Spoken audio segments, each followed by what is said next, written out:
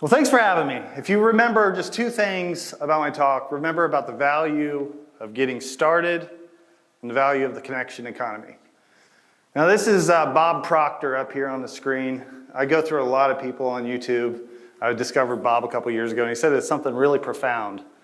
So he reads this book, Think and Grow Rich. He reads it all the time. And he simply said, I read it all the time, it's the same book, but every time that I read it, I change. So how do we change is we become vulnerable with our ideas, our thoughts.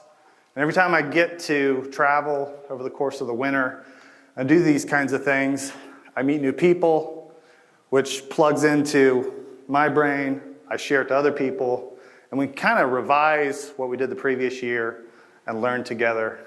And that's kind of how I get my kicks, if you will. So I was just in Burlington, Colorado. This is Brad Wingfield. And a simple Twitter conversation we had 3 or 4 years ago, direct messages. I was talking about my system. And he brought that to Colorado. Now, they don't get much rain in Colorado, but he does. He's fortunate enough to have irrigation. And he started doing the same thing on his farm there in Colorado. And very interesting, I learned something from him. So the bugaboo on our farm, especially with my grandpa, we go out and combine our relay wheat. We always have this very vigorous volunteer wheat, and makes it a little bit slower. What Brad was doing, he's using the same system as myself with the flexi fingers. So he took the pads and he protected that muff of volunteer wheat. And that volunteer wheat is very vigorous because, especially with him, he turned on the sprinklers right after wheat harvest. You get that going in July, you get these big bunch grass, and heck, it might be that tall when you're harvesting the soybeans. So what he did, he protected it. This is here on my farm. He brought his cows out there. So if you see our result after our harvest of the soybeans, if you look down here, you see right here, we usually put the head up a little bit. We might lose 2 or 3 or 4 bushel of soybeans in that top 6 or 8 inches. But what Brad found was he had an amazing gain on his cow-calf pairs, his cows, and he had some feeding stock out there. So they would dabble in the soybeans. If you protect this wheat, you have a lot of biomass, so you can graze it, right after bean harvest into the winter and potentially into the spring. So I learned something from him, but also that knowledge gets me excited because I know a lot of people that would be affected by that information. My uncle has cattle. I have a lot of friends that are working with fence or no fence or fencing, fixed fencing.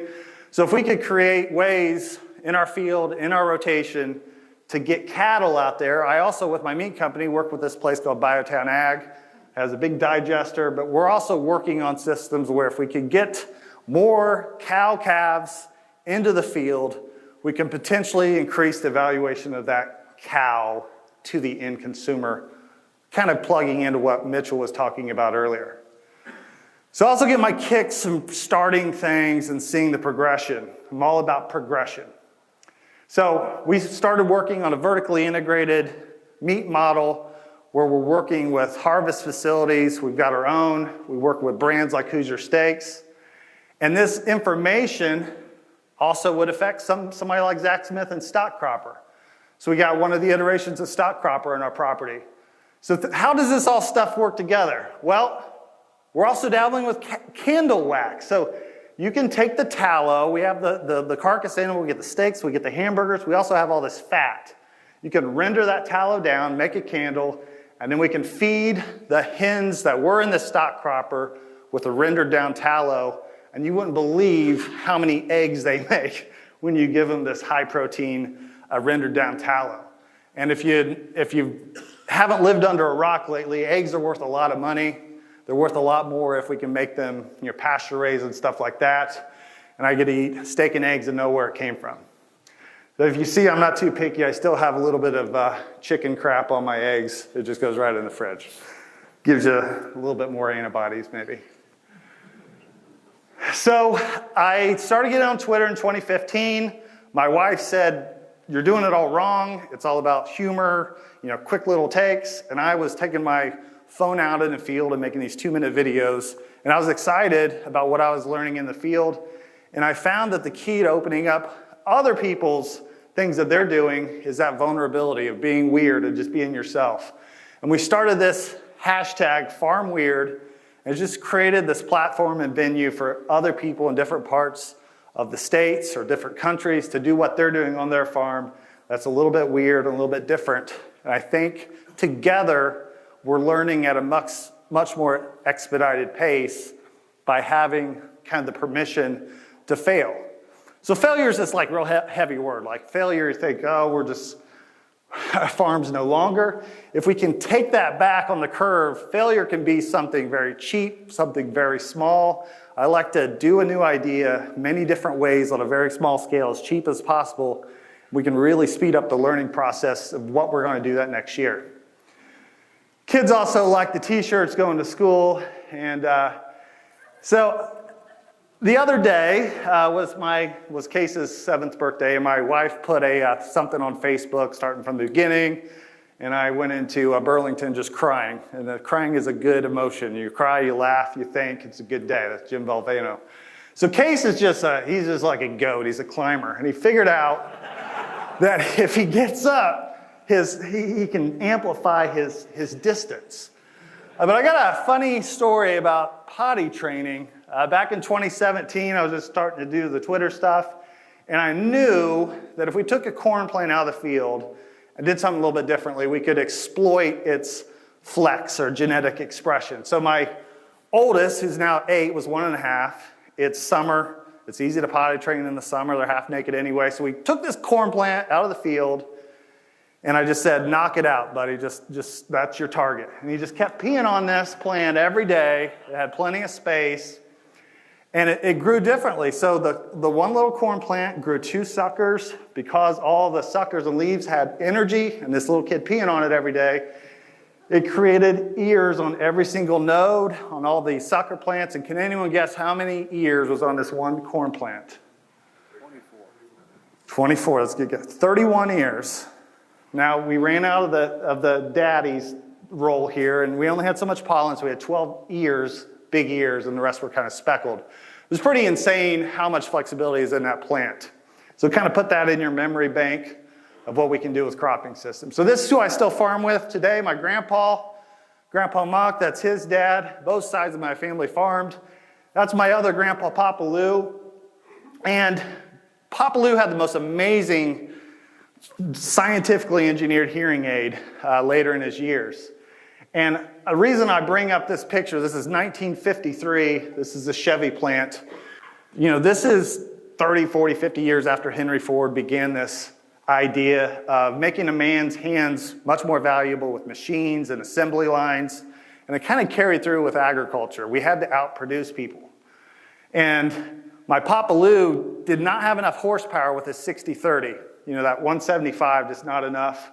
He took it out, he put a Detroit V8 in there, and everyone knew when he was plowing. You could just hear it from 5 or 10 years, or 5 or 10 miles away, because it was much more valuable. If you could pull a 6-bot and plow in 6 gear, you were out competing the other farmers. That's why I couldn't hear later on, but that was part of our mindset. Also a big part of growing up, my grandma Heaton, she had this amazing garden, and she found out she could raise raspberries bigger than your thumb if she just stole the horse manure from the barn, and that was kind of her thing with gardening. And here's my dad, and the reason probably why I'm here today, I wish I was still farming with my dad. He had pancreatic cancer, he found out in 2010, and I just had to kind of hop right into the farm. And in 2011, I had to take his shoes, take on farming 3,000 acres, taking care of the hogs. Eventually got some help from my cousin coming on a couple years here on the left. But that's his mentality. That's how he taught me how to learn. You know, he would get out of the driver's seat. Hey, buddy, you're driving the semi home. I didn't know how to drive a stick shift, but you know, you just got to grind, find the gears, and you'll figure it out. But you don't figure anything out by, you got to read, you got to listen, but you got to do things. And you can't steer a boat without it moving. It was just kind of a thought that Dad really instilled in me. Another person I really enjoy, Mike Leach. We just left him. Famous quote from him, well, you're going to be dead in 100 years anyway, so live dangerously. And that's just kind of a thought. It makes me a little bit different. I lost my father. I lost my uncle from the other side of the family just a few years later, both 53. So I do enjoy farming, but I do love what curiosity brings me and the people that I meet and how we can learn that way. So this is a tree right outside of my house. This is a gigantic oak tree, and it just really shows you what genetic expression can do with a perennial over time. If I cut this thing down, it would heat my house for a couple years, take a long time to chop up. There was a used car company in our county. They always use this quote, "A giant oak is just a little nut that held its ground." But just think about that. That tree was just a nut. I get really into the Fibonacci sequence, and if you're familiar with it, I'll get into it. It starts out 1, 1, 2. It takes 2 to tango to start anything. So you need a seed, you need soil, you need water. Things need to get started, and then that's when the magic happens. That's the value of time equity. That little tree, you see that every year, that ring of growth. When you start becoming an observer of nature instead of just a kind of observer of data, you start looking at the patterns of nature. You see it in the tree's shape, you see it in seashells, you see it in sunflowers, you see it in weather systems. This was a fascinating tornado outbreak not too far away from here. Do you remember this in December of last year? I don't know if you remember, it was, I think December 15th, it dropped several tornadoes, but this is the Fibonacci curve, if you will, and right inside, underneath that low pressure, there were several tornadoes right underneath there.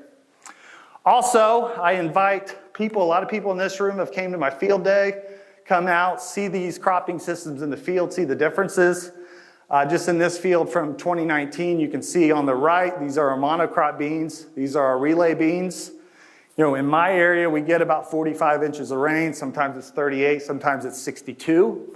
But 6 or 7 or 8 years out of 10, we're going to be negatively affected by too much rainfall in May or June in our area. So I see polycropping as a way to mitigate and lower my risk for our crops. Also, what makes me pretty weird was before my father got cancer, I was helping on the farm, but also as a landscape contractor in town. So we would use these things called living billboards. If I had the privilege to get a new hotel, nursing home, something of sort, we would have flower arrangements out front. We would really try to increase the curb appeal.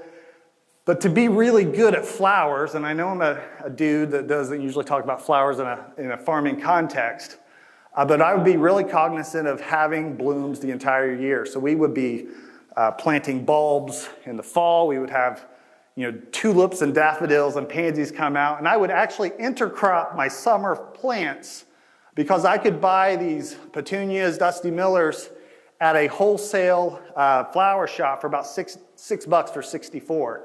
So if I went out and planted these really early inside those tulips, I could cut the tulips out, late May or something like that, and then I would have these plants that already rooted down. They would get very large, and then my crew wouldn't have to go out and water them all summer. So there was value in being cheap, getting them started. And then I started looking at arrangements where I wanted to look like God Bless America, red, yellow, red, white, blue, or whatever. And I tried to make these arrangements. So when I came to the farm, it was just really weird for me that we wanted everything dead, everything tilled, everything, and just really set up that one crop. The other thing we kind of learned here with that middle white flower, look how big that is, and it started very small.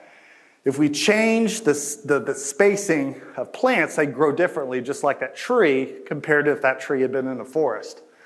So I still don't know where this picture is. It's somewhere out west. But you look at the difference here between a monocrop and a linear sun capture versus the lavender here on the right. We create a shape of 1.618. Like that when we space that out. And I realized as we started doing polycropping is we could actually do the same thing with wheat. And the value here is in the value of the time equity of the other crop. So if we change that space just like the lavender, then what we can do, and what Brad did there in Colorado, is he's planting only 20 inches of the 60 inches with wheat. So the 20 inches bushes out to about 45 inches wide, which leaves little gaps in here, but also with that 1.618, now we can times the 40 times 1.618, and I'm not great at math, it's somewhere around 62 or 63 inches. So if I had really sticky shoes and I walked on top of the St. Louis Arch around, is a lot longer that way than it is on the bottom. So we can kind of contort these plants. We can throttle back the seeding population. We can start banding nitrogen, phosphorus, or hog manure underneath this cereal and just let it bush out. But the value is in what we get started. So if we look at this economically, if I go linear, I am stopping photosynthesis when that cereal is going through senescence somewhere in June 12th, June 15th, all the way until I double crop soybeans. I gotta get a rain, the seed's gotta imbibe, it's gotta come out, it's gotta start leafing out. That might be 5 or 6 weeks of my most valuable days are lost in a double crop situation. Where in this relay crop situation, I may give up 10, 15%, 20% sometimes on the yield. I cut my throttle, my inputs back though, and almost get the same contribution margin. But what I'm left with is a soybean now that's went through that time sequence. So if I think about that nut and that tree, it takes a long time for that to be a substantial tree, maybe 10 years. And in 30 years, it might be 60 feet tall, but it might take 150 years to turn into that big leaf. Well, if I think of a soybean that way, if I can go through the sequence of 1, 1, 2, 3, 5, 8, 13, 24, 55, the first 5 times in the sequence, I'm at 5. 1, 1, 2, 3, 5. Where am I at 5 time progressions later? 55. So that shows you that value of getting started. And that's how we got our 100 bushel soybeans, is we planted them early. We changed the venue for the soybeans. We got them started. And now we change its environment. Everything in nature is a product of its environment. Also, the landscaping background just got me thinking about diversity. We use all these plants to do different things. We can do the same thing with our cash crop systems. We can definitely add cover crops into the equation, especially if we have livestock and get value out of that. One of the things we do with our wheat, if we apply hog manure in the fall after early corn, we'll plant a radish with the wheat. The radish will kind of absorb those nutrients. It'll block the soil from chickweed and henbit from growing. And then I can just put a light residual down instead of really putting a lot of 2,4-D or dicamba or something like that to kill any broadleaf. So that makes that simpler. Also, if we kind of start figuring out the principles with something like cereal rye, our hands aren't tied to this technology with the seed. We can plant anything that we want. So we can start intercropping something like pumpkins and sweet corn. But here's your Fibonacci sequence. And if you look at the little swirl hill, each one of these are fractal in nature.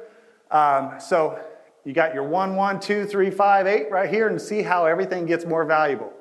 I always say time, history repeats itself. Well, history repeats itself phi. We might have a similar cycle as 1942, but now we have all this technology that we're working with. So that's kind of the way my mind works in a weird way. So I don't have Vanna White, but I used to have Bogey here. He was my model for Facebook. This kind of goes through the progression of that sequence, and we'll get kind of into the particulars. You're probably wondering, how do we harvest this? So we'll play this video here while I get a little drink of water.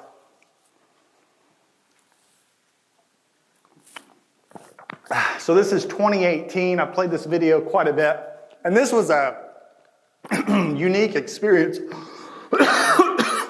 Excuse me.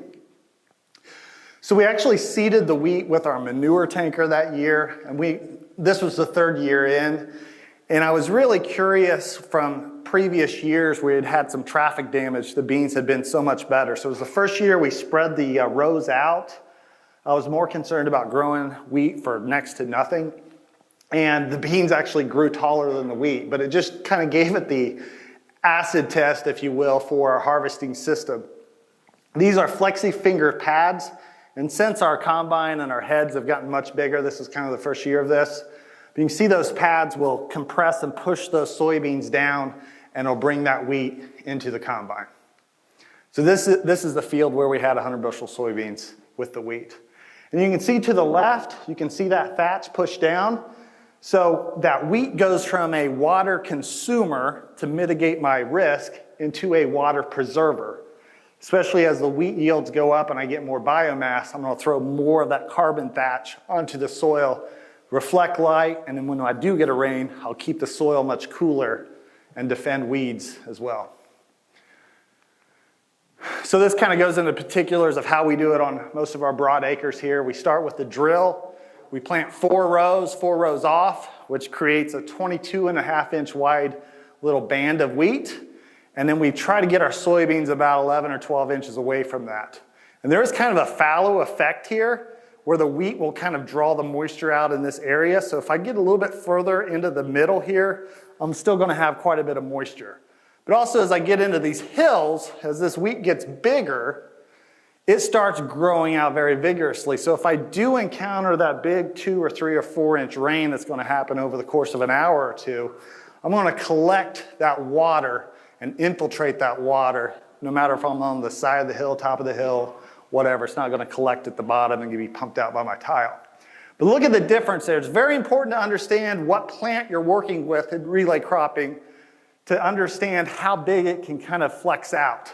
So it took about 4 years to understand we want the wheat on 60-inch centers, we want it this wide to kind of look at A and B of the equation here. So as time progresses through here, it doesn't really matter how we plant it. I've got a planter I made up that's very flexible.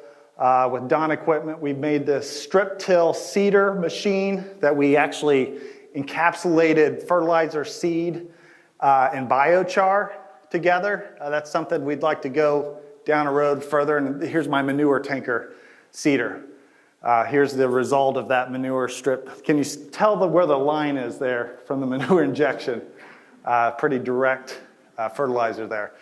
I've cross-seeded it. It really doesn't matter, and I'm not trying to be smart with you here, but we really look into exact depth and placement of all these variables to grow one thing very well, but you can actually be kind of sloppy at doing something twice and having a 2 mentality, and you're still going to get better results, lower input cost, higher overall aggregate value. So I'm not too concerned if we run over the wheat, it'll pop back up at this time frame. Everything, just like that Fibonacci spiral, it's fractal in nature, so if I pull a plant, the center of the row is going to compete with the other wheat for light and go up, and then the sides, those tillers, are going to jet out. So this is why we have this spacing, is no matter how much water, fertility, how happy that wheat is, it's not going to quite touch each other. So I can drive light down in between that cereal and allow that other crop to grow pretty regularly. It's not going to really strive and have a really weak stock on it. And as time progresses, it grows from being a vegetative hog, wanting as much light as possible and CO2, to kind of standing back up. You can see some of these stems that had gone out, they come back up, and my wheat kind of aligns and I allow plenty of this light. What time of year are we at now? You know, we're in June, our longest days. The sun's really high up in the sky, so the beans grow really well. I keep talking about rain, but it's really important for us to mitigate that risk. If I get a big rain, not only am I infiltrating it, but these soybean roots now are growing in those fibrous roots of the cereal. So it just makes a very nice environment for them to grow in. Very interesting graph here. A lot of our hybrids, if you look at the Green Revolution, the wheat went from here and it just got shorter because we kept trying to push it with nitrogen and yield, and same thing with our corn. We figured out hybrids that could be planted thicker and thicker and thicker to accomplish this yield. But if we go back on the graph and we get into low populations, it doesn't matter if it's an old open pollinated Jimmy Red or 1197, it's going to yield about the same back on the curve. But what I dork out about with polyculture is you see the X and Y axis here, but as we start pushing wheat yield, whether this is spacing, population, nitrogen management, when we push it and we start hogging all the water resources and sunlight, there's a very sharp inflection point and drop in the other crop. So Years and years of research of changing the spacing, the seeding population affects the amperage pull down, if you will, of the other crop. So the sweet spot here, when we had our 100 bushel soybeans, we had a very low seeded wheat in 60-inch rows. So I was able to accomplish 35 bushel wheat on about 1/8 of the seed. If I push that out here, I want to have about 75 to 80 bushel wheat, and then I can accomplish about the same soybean yields. What I'm getting out of the equation is I'm planting 30% of the wheat. I'm using just a little bit of residual herbicide. I'm just spot spraying after harvest. I'm really managing my weeds, and I think I'm getting a lot more carbon into my cropping system.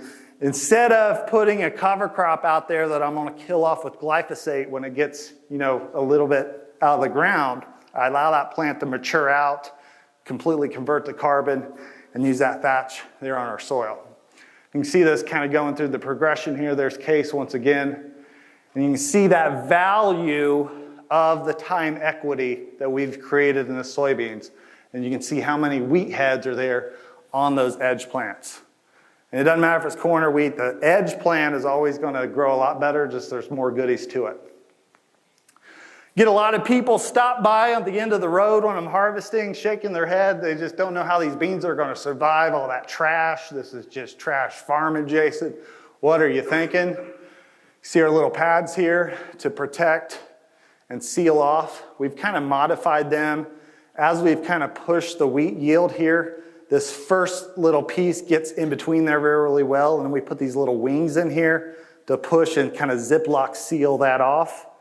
And the next day, all that trash, I don't know if the beans look like a dog that came out of the bathtub and just shook. At night, I don't know what happens, but they're just clean in the morning. It's just like magic.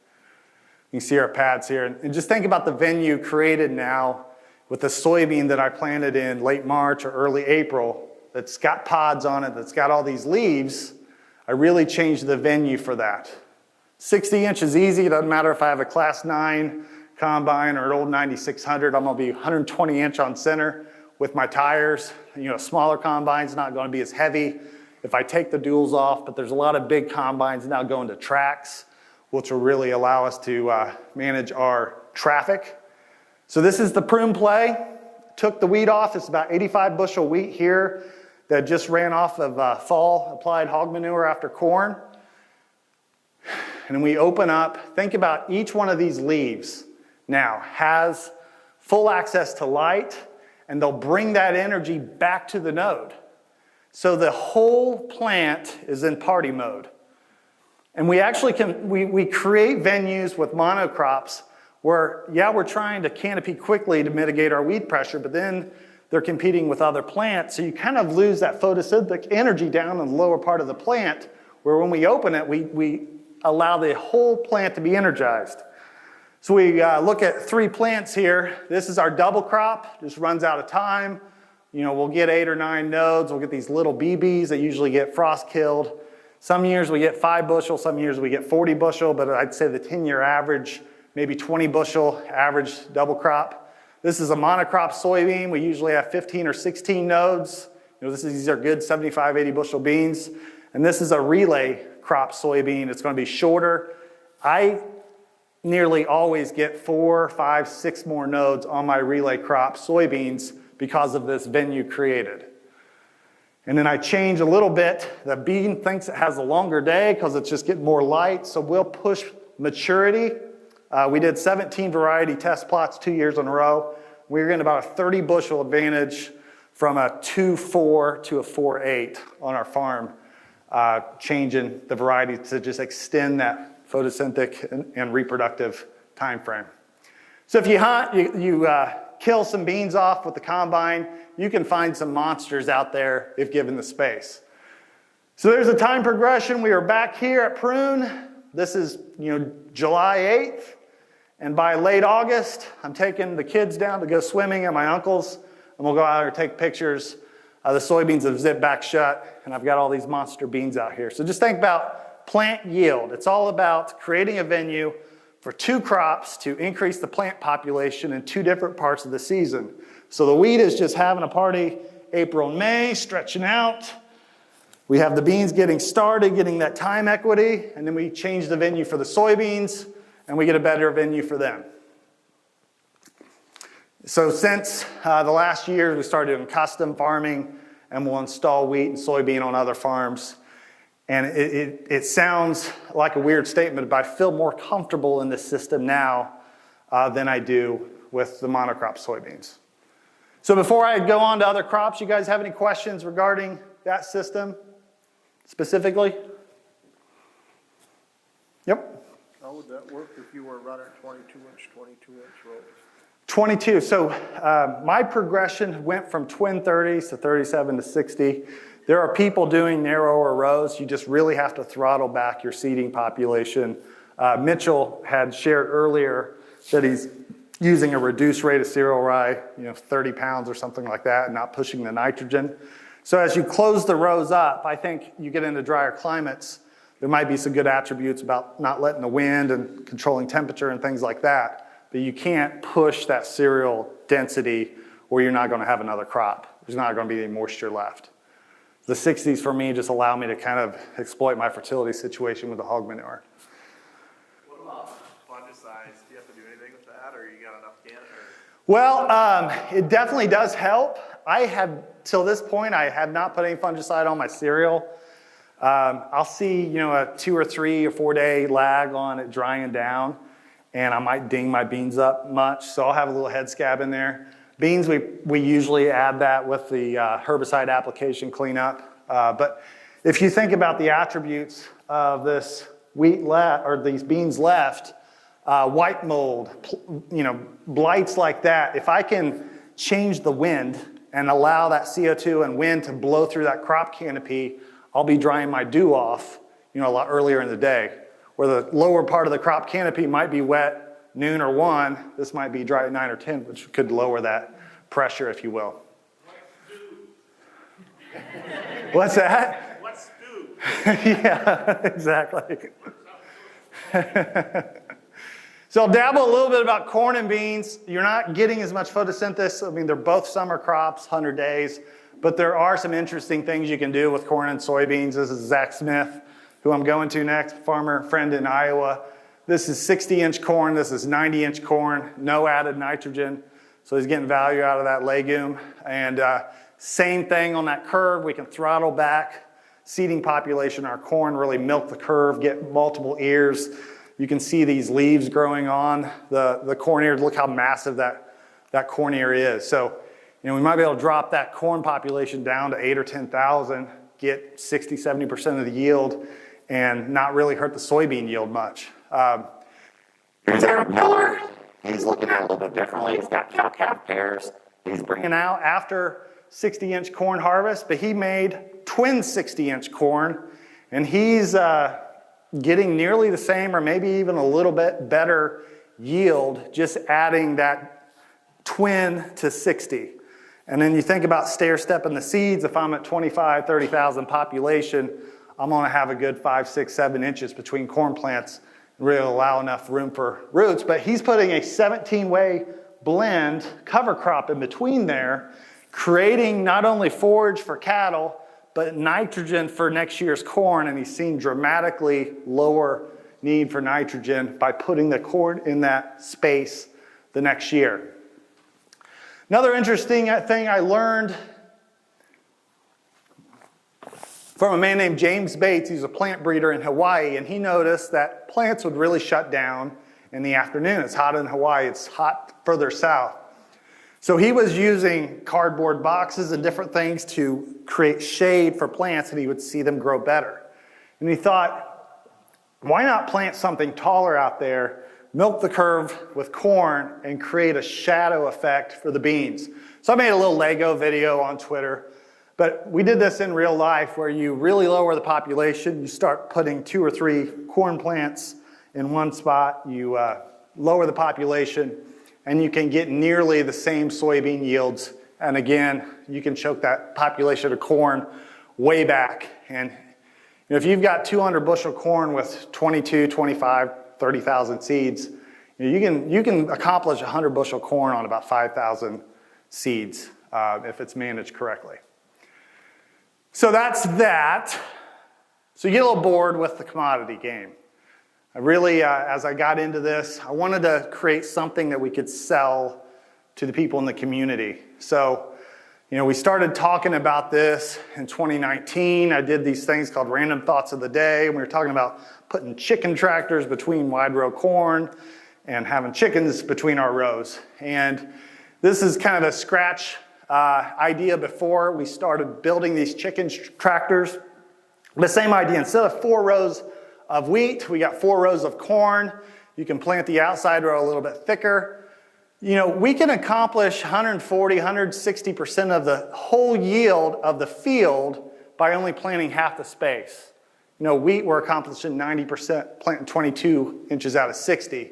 So what if we would move livestock, a ruminant, pigs, chickens as well, and we could close the loop where we feed the corn to the omnivores and we've got the ruminants out front.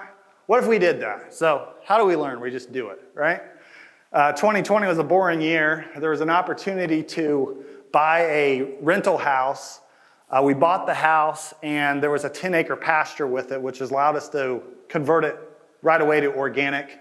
I had a couple interns that summer and we made 14 of these little chicken tractor and sheep alcatrazes, and we religiously moved them 2 or 3 or 4 times every day in between these rows. And to be honest, I was kind of scared of organic. I had this fear that I would just have weeds that would grow out of control. But what we figured out is if you can manage this cover crop with the teeth and hooves of the animal and deposit manure and urine behind, then we create a ratcheting algorithm where the sheep can stick their head out of the gate, lick right up to the crop, and keep it clean. And all we need to do is make sure that we impact that space between with livestock every 3 or 4 weeks. And when you think about that sorghum Sudan grass, if I can grow that stuff up to my chest 3 or 4 times over the course of the summer, I'm gonna throw a lot more biomass into the soil for my underground community. I'm gonna prime next year's space for crop production. It's very interesting going through this in 2020.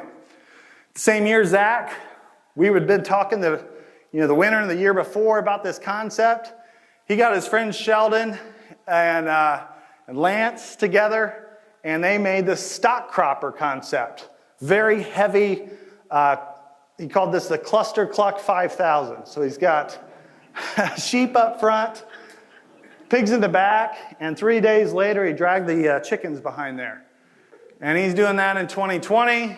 We're really excited.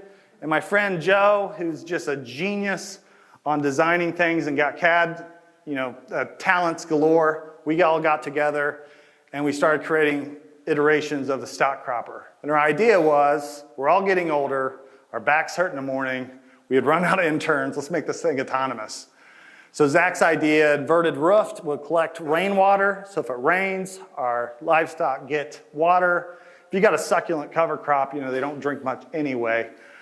But there's a couple solar panels on here that propels this stock cropper between our rows. So this was 2021, this is 2022, and we had a demonstration here on our farm, which I've got a little video here.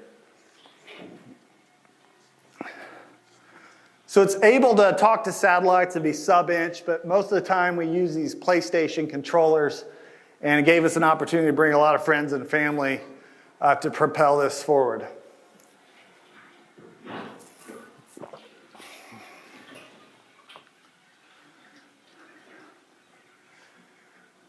So the idea is here. It's just like empowering a plant or a person, getting a little kid to be literate when they're 2. They're going to be a lot smarter when they get into kindergarten.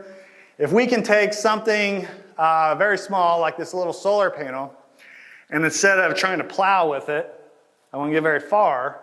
What if I take the smallest amount of energy, I propel a very light livestock module 10 feet. What I do is I engage 4 sheep, 10 sheep, 20 sheep, whatever it is. This is fractal. It could be 6 foot wide, it could be 40 foot wide, really doesn't matter. But if we can engage the sheep to eat, or cattle, and then we can have the pigs move and deposit their manure, and then we have all the chickens move, that little amount of energy was amplified by the intelligence of life.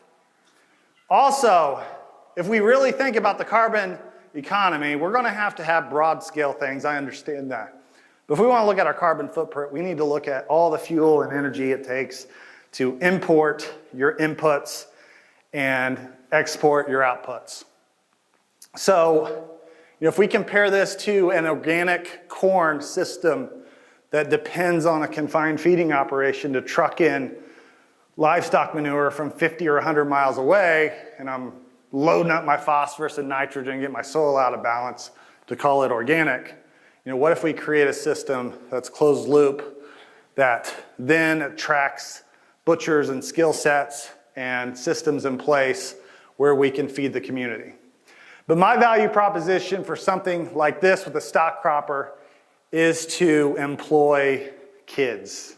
Sounds bad, but what I'd like to do with our property is have kids, have senior citizens, have people, kids with special needs to come out, and we'll pre-drill holes in the schematic based on if it's an apple tree, a blueberry bush, whatever the plan is, we'll change its schematic.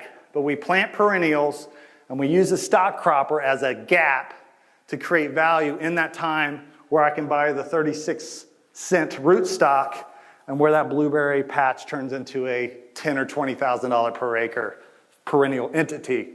If I can get value in between the rows for 2 or 3 years, I could have other people plant the perennial crops, graze in between, and then plant new places in that time frame.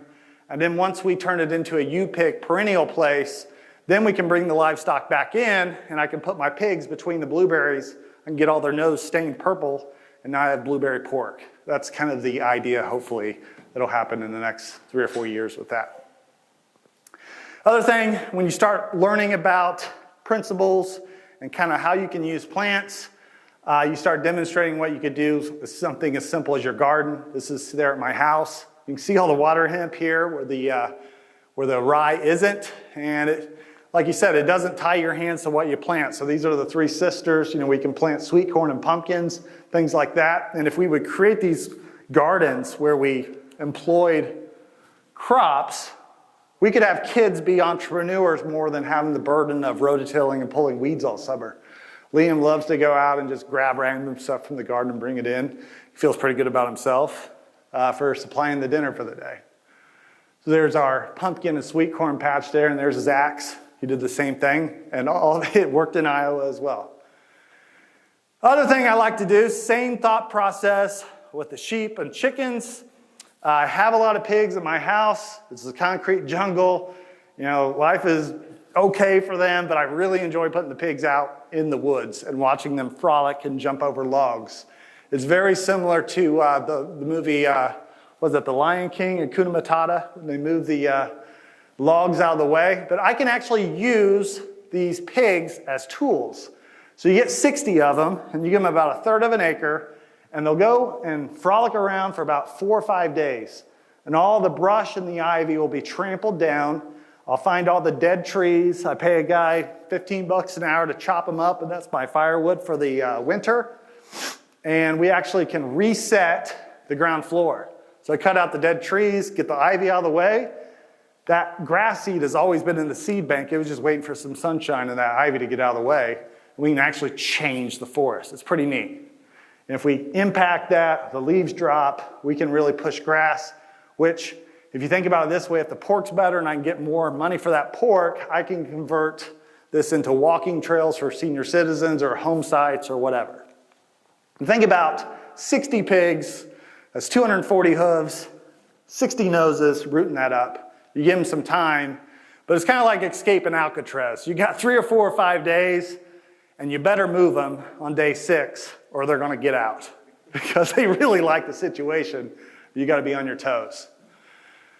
So, we've seen the difference in the meat quality, and it's pretty pronounced between how those animals are raised. So all these ideas gave myself confidence and people around me to develop a property that we're working on now that will integrate rotational grazing, with sports, with golf. And I built a golf course this past summer. We used the sheep in the rough areas. And the golf course has a very similar mindset. We have 3 greens and 18 tees, 50 total holes, but it only encompasses about 6 acres of this 192-acre property. So there's the process of that golf course. And what we're doing is creating a venue for young kids to come out, learn how to golf without being pressured. We call this a rookie golf camp. We had cross-country invitational out here with 12 teams. That was really neat. I made the participants run through the creek 4 times, something they never did, and that was quite the race. But this idea is to have all these holes, and once we add all these entities, whether it be blueberries or raspberries or a brewery or whatever, we can add these navigational signs to the signs. That's the idea there. So as alluded to, I bought a meat company in town in 2020. And we wanted to figure out a way that we could have a direct conduit of value for these products, whether it be, a farmer down the road, his beef, pigs in the woods, perennials, garden vegetables.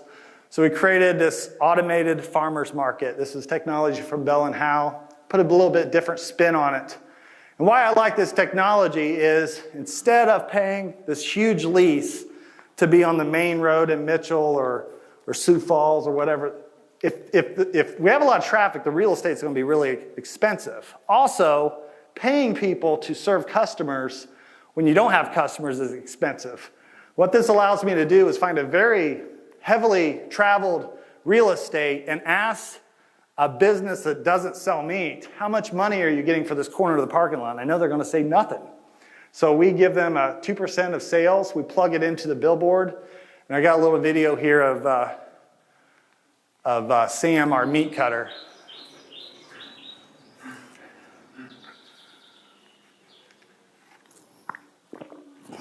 $100 budget here.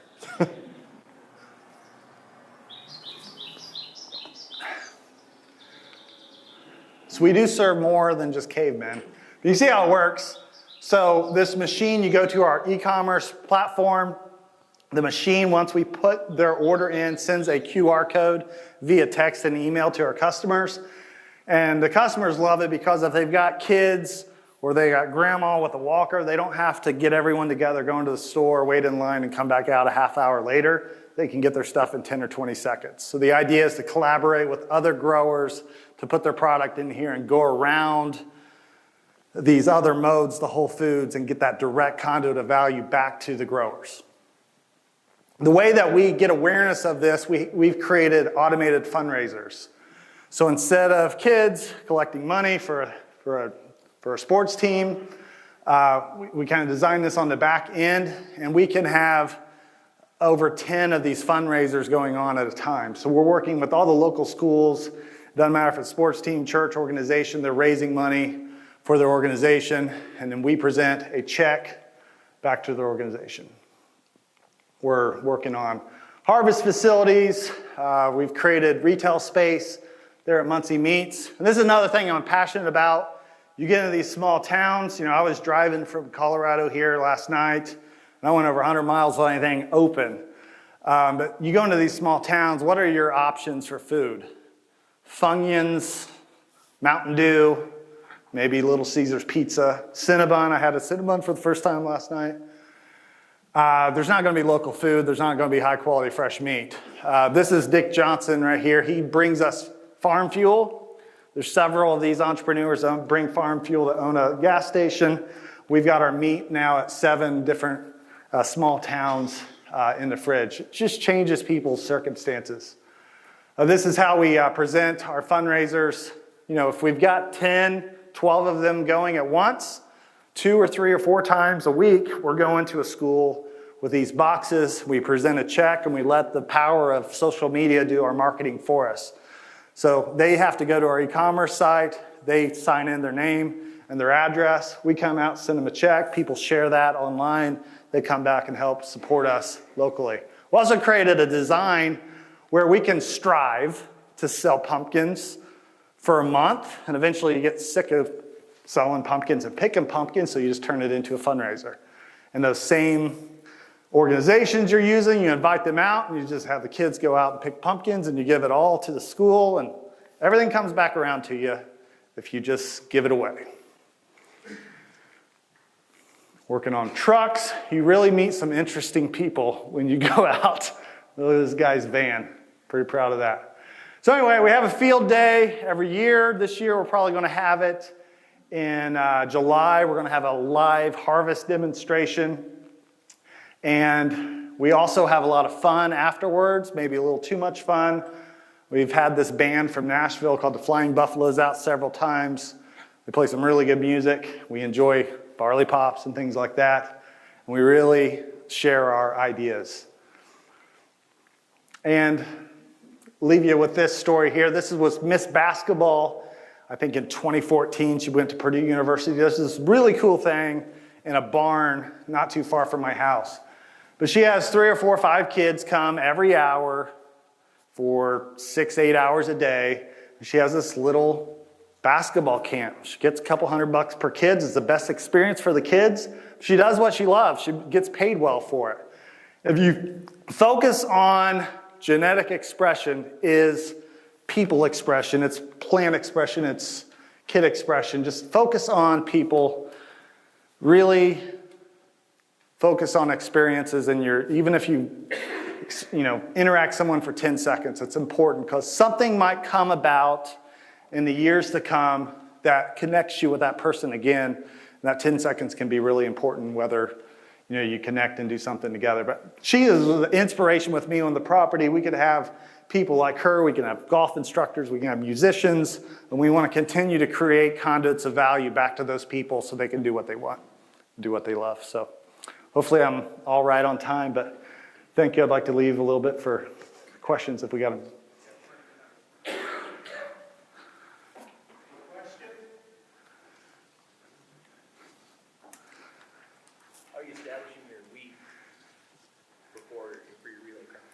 So usually a drill, but we've also used that manure tanker, and I really want to put more money into that idea and get some wings because I can grow it really cheap. But It's all winter. What's that? All winter wheat. All winter wheat, soft red winter wheat. Corn. We do beans sometimes as well, but I like to. I'm thinking 4-year rotations where I'd like to get to, where we, we're normally growing about 110-day corn. Go to a 105-day corn, shell it at 24%, September 22nd, 25th, something like that. Put our wheat in, allow our wheat and relay and full season beans to go out. That thatch layer is going to keep my soil a little bit cooler going into the next year. So that year I go to a full season corn, and then I go into monocrop beans, and then I come back around 4 years later to kind of manage that. Because it is kind of time sensitive. Yeah, you want to get all this stuff done within the course of a week, or your beans are going to keep growing, and so you're kind of stealing home. Yep. Did you say that your rainfall in that area is between 40 and 60 or something like Yeah, I think our 30-year average is like 42, 43. Our 10-year average, I think, is 46, so we're trending up. But if you look at those months, there's a lot of months where we get over 10 inches of rain. that? Is that land tiled then that we see? What's that? Is your land tiled? Yeah, we're mostly target tiled, the low spots. But I really do look at the wheat as living pattern tile. So we do get quite a good effect of managing that, mitigating that water. Yep. What do you do if the wheat goes out? Well, we try not to make that happen. If you saw one of them pictures, we had a little bit of lodging. So we really mitigate that with lower plant population. So if we go back on the curve, we lower it. Yeah, we're not going to strive and get 100% yield for that schematic. We might give up a little bit, but that really mitigates our lodging. We get more tillering and lowers our costs. And no matter what, I'm not telling you to go out on your farm and just do it all like this next year. The recipe for learning, come up with an idea, do it really small and cheap the first year, get a little bit more confidence, sell yourself, go a little bit bigger and try to set yourself up, 2 or 3 years down the road once you learn your specific circumstances.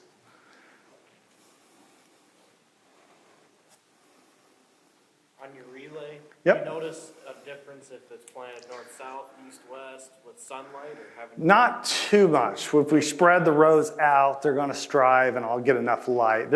As you narrow it out, maybe. The only thing I really notice is it's just like a tree. The moss is going to be on the north side. A tree or a weed or whatever, it's going to strive out on the south side up, and then the right side is going to be real steep. If you're a dork like me, you can kind of see the pattern no matter which way it's planted. Dork. All right. What's your biochar on it? What is that? So, we've had a lot of projects, but one of the first projects, and we're working with this biotown company that's doing that. We had a project to take people's hog manure and convert it into renewable natural gas and biochar. And there was a turkey farm south that had been doing that with Mike McGolden, and we were getting that biochar for that to get the research down to kind of justify that system once we would have that in place, but still hasn't become something. But you know, if we really get after methane, I think there's going to be systems that take that into account. The other problem that we see in our area, if land goes for sale, you have all these people with hog barns and livestock, and the value of that land might be $20,000 or $25,000. So if you would create systems that would convert manure into biochar and renewable natural gas, you wouldn't have to buy $3 million worth of land to build a new livestock facility. So it might be something in the future.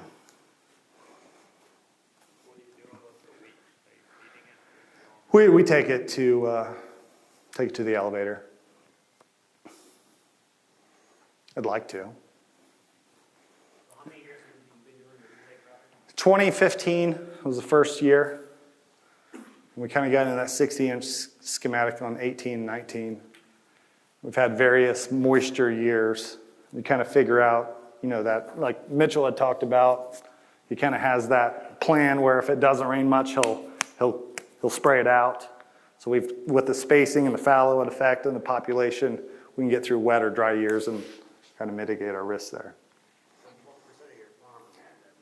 We're about 10%. So if I get up to 300 acres with our smaller combine, that's, you know, you white knuckle drive for 3 or 4 days in a row and you're pretty much wore out. But we would like to continue that on. There's family dynamics too there. That as I get older and I'll have more control, I can do what I want, you know. Have you tried it with oats or rye? We have not, but I would love to. I love the rye for cover crop, even if you could store it on farm, that would be fantastic. I think rye would work actually easier. You're just going to be a little bit taller.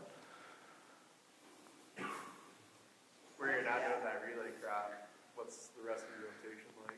It's corn, soybeans. We have so much hog manure, kind of is a big part of our cropping system. Some continuous corn on those acres. Yep. Your own hog barns or others? They are Tyson pigs. So part of the motive there with the manure wheat deal, if we could have systems that could go across more acres, we could take our hog manure that Tyson pays for the corn and soybeans to feed the pigs and turn it into a cropping system for our neighbors, maybe down the road. I think it would work pretty well. So basically when you do something like that, you can put 1,000 or 2,000 gallons right underneath the cereal, excite it, and spread that manure over more acres.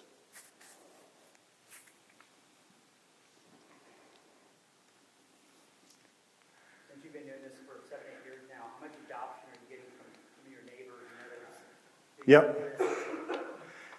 It's funny that the neighbors, not so much. I'm surrounded by 10 or 15,000 acre farms. This is really big in my area, but we are getting adoption in a lot of different states. I don't know how many people specifically, but I know of at least 20 people that have adopted this 60-inch schematic with success. You know, Brad was one of them there in Colorado. They've got guys in Michigan.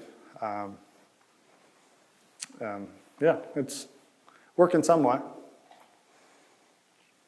The guy in Colorado kind of had a hack there. Their FSA office only made him insure 50% of the acre, so his APH was 180 on his wheat because he was getting nearly 100% yield, only planting 20 inches out of the 60. So he's, I don't know, you can kind of hack the system. So like that relay crop rotation, if it's beans and wheat, and then the next year is it corn? Or, Yeah. And then back to beans. Yeah, like that 4-year rotation, you might kind of kick out of it the next year. But I would like to have it on every acre every 4 years would be ideal.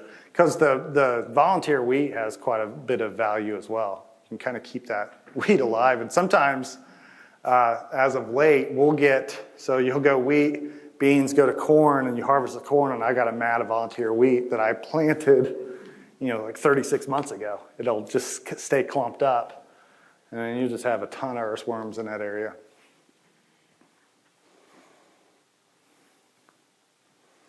Well, thank you. Hopefully, see you guys again.